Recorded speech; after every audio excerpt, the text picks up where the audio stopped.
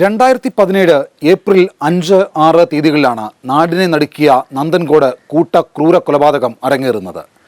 April 5-ാം തീയതി പ്രതി കേഡൽ ജിൻസൺ രാജ ആദ്യം കൊലപ്പെടുത്തിയത് തൻ്റെ അമ്മ ഡോക്ടർ ജീൻ പത്മത്തെയാണ്.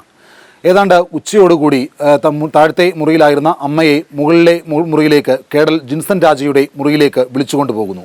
താൻ സ്വയം തയ്യാറാക്കിയ കമ്പ്യൂട്ടർ വീഡിയോ ഗെയിം കാണിച്ചു തരാം എന്ന് പറഞ്ഞുകൊണ്ടാണ് പ്രതി കേഡൽ ജിൻസൺ രാജ അമ്മയെ മുറിയിലേക്ക് കൂട്ടിക്കൊണ്ടു പോകുന്നത്. ആ മുറിയിൽ കൊണ്ടുപോയി കമ്പ്യൂട്ടറിന് മുമ്പിൽ അമ്മയെ ഇരുത്തിയതിനു ശേഷം താൻ ഫ്ലിപ്കാർട്ടിൽ നിന്ന് ഓൺലൈനായി വാങ്ങിയ മഴു ഉപയോഗിച്ചുകൊണ്ട് അമ്മയുടെ കഴുത്തിന് പുറകിൽ വെട്ടി പരിക്കേൽപ്പിച്ച് കൊലപ്പെടുത്തുകയാണ് ചെയ്തത്. അതിന് പിന്നാലെ വൈകിട്ടോടുകൂടി അച്ഛൻ പ്രൊഫസർ രാജ തങ്കവും സഹോദരി കരോലിനും വീട്ടിലേക്ക് തിരികെ വരുന്നു. അപ്പോൾ അമ്മ എവിടെ എന്നുള്ള ചോദ്യം ഈ പറയുന്ന പ്രതി കേഡൽ ജിൻസൺ രാജയോട് അച്ഛൻ രാജ തങ്കം ചോദിക്കുന്നു. അതിന് പ്രതി പറയുന്ന മറുപടി അമ്മ പുറത്തേക്ക് പോയിരിക്കുകയാണ് എന്ന് പറഞ്ഞുകൊണ്ട് ആ രംഗം അവിടെ അവസാനിപ്പിക്കുകയാണ്. അപ്പോഴും അമ്മയുടെ മൃതദേഹം കേഡൽ ജിൻസൺ രാജയുടെ മുറിയോട് ചേർന്നുള്ള ബാത്റൂമിലുണ്ട്. പക്ഷേ ഇത് അച്ഛനോ സഹോദരിയോ അറിയുന്നില്ല.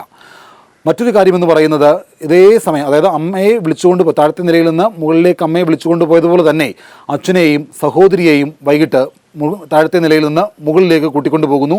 സമാനമായ രീതിയിൽ താൻ തയ്യാറാക്കിയ വീഡിയോ ഗെയിം കാണിച്ചു തരാമെന്ന് പറയുന്നു. അങ്ങനെ അവിടെ കൊണ്ടുപോയപ്പോഴാണ് അമ്മയെ കൊലപ്പെടുത്തിയ ഡോക്ടർ ജീൻ പത്മത്തെ കൊലപ്പെടുത്തിയതിന് സമാനമായ രീതിയിൽ അച്ഛനെയും സഹോദരിയെയും കേഡൽ ജിൻസൺ രാജ കൊലപ്പെടുത്തുന്നത്. പിറ്റേ ദിവസിയാണ് 70 വയസ്സുള്ള കണ്ണു കാണാൻ കഴിയാത്ത വൃദ്ധയായിട്ടുള്ള ബന്ധു ലളിതയെ കൂടി കേഡൽ ജിൻസൺ രാജ കൊലപ്പെടുത്തിയത്. ആ വീടിന് മുമ്പിലാണ് ഞാനിപ്പോൾ നിൽക്കുന്നത്. കൊലപാതകം നടന്ന് 8 വർഷങ്ങൾ പിന്നിടുമ്പോൾ ഈ വീടും പൂർണ്ണമായി അനാഥമാണ്. ഇതിൽ എടുത്തു കാണേണ്ട ഒരു കാര്യമുണ്ട്. ഈ വീട് സ്ഥിതി ചെയ്യുന്നത് തിരുവനന്തപുരത്തെ അതീവ സുരക്ഷാ മേഖല എന്നറിയപ്പെടുന്ന മുഖ്യമന്ത്രി അടക്കം താമസിക്കുന്ന മന്ത്രിമന്ദിരങ്ങളുള്ള ഒരു ഏരിയയിലാണ്. മുഖ്യമന്ത്രിയുടെ ക്ലിഫ് ഹൗസിനോട് ചേർന്നുള്ള, അതായത് ക്ലിഫ് ഹൗസിൻ്റെ പിൻഭാഗത്തുകൂടി കടന്നു വരുന്ന വഴിയിലാണ് ഈ വീട് 117-ാം നമ്പർ വീട് സ്ഥിതി ചെയ്യുന്നത്.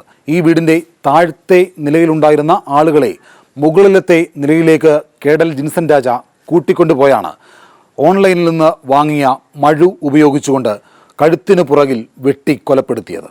അതിന് പിന്നാലെ, അതായത് 5, 6 തീയതികളിൽ ഈ കൊലപാതകം നടക്കുന്നു. അതിനുശേഷം 6, 7, അതായത് 6-ാം തീയതിയും 5-ാം തീയതിയും മൃതദേഹങ്ങൾ ബാത്റൂമിലും മറ്റ് കട്ടിലിനടിയിലും ഒക്കെ പൊതിഞ്ഞ് മാറ്റിവെക്കുന്നു. അതിന് പിന്നാലെ 7-ാം തീയതി മൃതദേഹം കത്തിക്കാനുള്ള ശ്രമം പ്രതി കേഡൽ ജിൻസൺ രാജ നടത്തുന്നു. 8-ാം തീയതി ഈ മൃതദേഹങ്ങൾ വീണ്ടും കത്തിക്കുന്ന വിവരം പുറം ലോകം അറിഞ്ഞതോടെ കേഡൽ ജിൻസൺ രാജ ഈ വീട്ടിൽ നിന്ന് രക്ഷപ്പെടുകയാണ് ചെയ്തത്. ഇവിടെ സൂക്ഷിച്ചിരുന്ന 60,000 രൂപ കൈക്കലാക്കി കേഡൽ ജിൻസൺ രാജ റെയിൽവേ സ്റ്റേഷനിൽ നിന്ന് നേരെ പോയത് ചെന്നൈയിലേക്ക്. ചെന്നൈയിൽ നിന്ന് ദിവസങ്ങൾക്ക് ശേഷമാണ് കേഡൽ തിരികെ തിരുവനന്തപുരത്ത് വരുന്നത്. അവിടെ വെച്ച് അതിനു മുമ്പ് തന്നെ ഈ കൊലപാതക വിവരം പുറം ലോകം അറിയുന്നു. അപ്പോൾ പോലീസിന് ഈ കൊലപാതകം എങ്ങനെ സംഭവിച്ചു എന്നുള്ളതിനെക്കുറിച്ച് ഏറെക്കുറെ ധാരണയുണ്ടാകുന്നു. പ്രതി കേഡലാണ് എന്നുള്ള സംശയത്തിലേക്കും അല്ലെങ്കിൽ അങ്ങനൊരു നിഗമനത്തിലേക്കും പോലീസ് എത്തുകയാണ് ചെയ്യുന്നത്.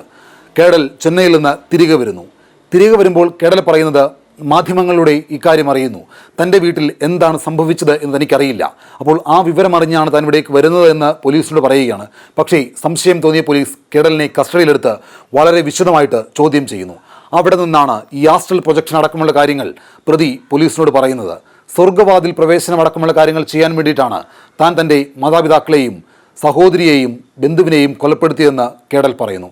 പക്ഷേ അത് ആദ്യഘട്ടത്തിൽ പോലീസ് വിശ്വാസത്തിലെടുത്തിരുന്നില്ല. പിന്നീടാണ് മാതാപിതാക്കളിൽ നിന്ന് തനിക്ക് ബാല്യത്തിലുണ്ടായ അവഗണന മൂലമാണ് ഈ കൊലപാതകം നടത്തിയതെന്ന് പ്രതി പോലീസിനോട് പറയുന്നത്. ഇതിൽ ആത്യന്തികമായിട്ട് എടുത്തു കാണേണ്ടത്, ഈ വീട്ടിൽ പോലീസ് പോലും പറയുന്നത് പോലെ കുടുംബം, ഒരു ഫാമിലി ബോണ്ടിങ് ഇവിടെ ഉണ്ടായിരുന്നില്ല. പരസ്പര ധാരണയോടുകൂടി അല്ലെങ്കിൽ സഹകരണത്തോടുകൂടി ഈ വീട്ടിൽ കേഡൽ ജിൻസൺ രാജയും മാതാപിതാക്കളും കഴിഞ്ഞിരുന്നില്ല. അതുകൂടി ഈ കൊലപാതകത്തിന് കാരണമായി എന്നുകൂടി പോലീസ് പറയുന്നുണ്ട്. അപ്പോൾ ശാസ്ത്രീയമായ എല്ലാ തെളിവുകളും സാഹചര്യ തെളിവുകളും ശേഖരിച്ചുകൊണ്ടാണ് പോലീസ് കോടതിയിൽ കുറ്റപത്രം സമർപ്പിച്ചത്. 7 വർഷത്തിലധികം നീണ്ടുപോയ വിചാരണ, കേഡൽ ജിൻസൺ രാജ തനിക്ക് മാനസിക പ്രശ്നമുണ്ട് എന്നടക്കമുള്ള കാര്യങ്ങൾ പോലീസ് കസ്റ്റഡിയിലേക്ക് പറഞ്ഞിരുന്നു. 2024-ലാണ് ഈ കേഡൽ ജിൻസൺ രാജയ്ക്ക് കൊലപാതകത്തിന് മുമ്പും അതിനുശേഷവും മറ്റൊരു വിധത്തിലുമുള്ള മാനസിക പ്രശ്നമില്ല എന്ന് പോലീസ് കണ്ടെത്തിയത്. അതേ തുടർന്നുകൊണ്ട് കേഡൽ മാത്രമാണ് ഈ കേസിലെ ഏക പ്രതിയെന്ന് പോലീസ് തിരിച്ചറിയുന്നു. അങ്ങനെ കുറ്റപത്രം സമർപ്പിക്കുന്നു. ഇനി നാളെ കേഡൽ ജിൻസൺ രാജ കുറ്റക്കാരനാണെന്ന് പറഞ്ഞ കോടതി കേഡലിന് ഒരു ക്യാപിറ്റൽ പണിഷ്മെൻറ്റ് കൊടുക്കുമോ എന്നുള്ളതാണ് അറിയേണ്ടത്. പ്രോസിക്യൂഷൻ പറയുന്നത് പരമാവധി വധശിക്ഷ തന്നെ കേടലിന് നൽകണം എന്നുള്ളതാണ്. സമൂഹത്തിന് മാതൃകയാകുന്ന ഇത്തരത്തിൽ അപൂർവമായ കുറ്റകൃത്യം ചെയ്ത കേടലിന് വധശിക്ഷയിൽ കുറഞ്ഞ് മറ്റൊന്നും നൽകരുതെന്ന് പ്രോസിക്യൂഷൻ നാളെയും കോടതിയിൽ ആവശ്യപ്പെടും. തിരുവനന്തപുരം നന്ദൻകോട് കൂട്ടക്കൊലപാതകം നടന്ന വീട്ടിൽ നിന്ന് സിജോ സുധാകരനൊപ്പം ഷിജോ കുര്യൻ, മീഡിയ 1.